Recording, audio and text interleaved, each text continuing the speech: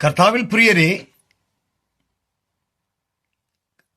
അപ്പോസ്തലപ്രവൃത്തി 1-ാം അധ്യായത്തിന്റെ 4-ാമത്തെ വാക്യത്തിൽ കർത്താവായ യേശു ക്രിസ്തു ഉയർത്തെഴുന്നേറ്റ ശേഷം തന്റെ ശിഷ്യന്മാരുടെ അടുക്കൽ വന്ന് പറയുന്ന, അവർക്ക് കൊടുക്കുന്ന ഒരു വാക്തത്വമാണ്, അവരോട് പറയുന്ന സംഭവമാണ്, കാര്യമാണ്. എന്താണെന്നറിയാമോ? നിങ്ങൾ എന്നോട് കേട്ട പിതാവിന്റെ വാക്തത്വത്തിനായി കാത്തിരിക്കണം. എവിടുന്ന്? യെരുശലേമിൽ നിന്ന് വാങ്ങിപ്പോകാൻ പാടില്ല. അതിനു മുൻപേ എന്ത് ചെയ്യണം? ഈ വാക്തത്വം എന്ന് പറയപ്പെടുന്നത് ദൈവത്തിന്റെ പരിശുദ്ധാത്മാവ്.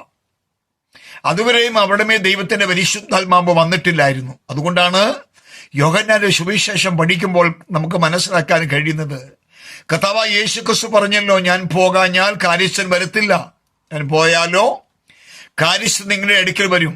എന്താണ്? സകല സത്യത്തിൽ നിങ്ങളെ വഴി നടത്തുന്ന ദൈവത്തിന്റെ പരിശുദ്ധാത്മാവ്. അപ്പോൾ ദൈവത്തിന്റെ പരിശുദ്ധാത്മാവ് എന്താണ് എന്ന് ചോദിച്ചാൽ, ഒരു ദൈവജനത്തെ സകല സത്യത്തിലും വഴി നടത്തുന്നതാണ് ദൈവത്തിന്റെ പരിശുദ്ധാത്മാവ്. ഒന്നോട് പറഞ്ഞാൽ, പാപത്തെക്കുറിച്ചും നീതിയെക്കുറിച്ചും ന്യായവിധിയെക്കുറിച്ചും ബോധം വരുത്തുന്ന ദൈവത്തിന്റെ പരിശുദ്ധാത്മാവ്. ആമേൻ. ഇത് പ്രാപിക്കണമെന്ന് പറയുകയാണ്. ഇവര് 3.5 വർഷക്കാലം കർത്താവിനോട് കൂടെ നടന്നവരാണ്. കർത്താവിൽ നിന്ന് ആമേ പഠിച്ചതാണ്. കർത്താവ് അവർക്ക് അധികാരം കൊടുത്തിട്ടുണ്ട്. പക്ഷെ പോരാ. കർത്താവ് പറയുന്നത്, ദൈവിക ശുശ്രൂഷയിൽ വർദ്ധിച്ചു വരണമെങ്കിൽ, ക്രിസ്തീയ ജീവിതത്തിൽ പിടിച്ചു നിൽക്കാൻ കഴിയണമെങ്കിൽ ദൈവത്തിന്റെ പരിശുദ്ധാത്മാവ് ആവശ്യമായിരിക്കുന്നു. അവരാ ദൈവശബ്ദം കേട്ടു എന്നുള്ളതാണ്. അവരതനുസരിച്ചു.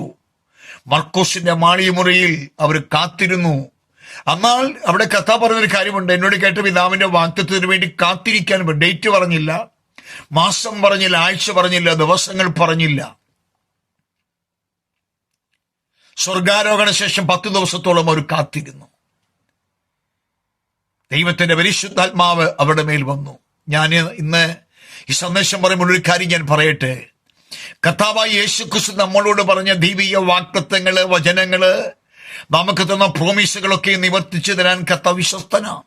നാം ക്ഷമയോടെ കാത്തിരിക്കുക. ദൈവത്തിന്റെ മക്കളെ, കർത്താവിന്റെ മഹത്വം കാണാൻ ഇടയായിത്തീരും.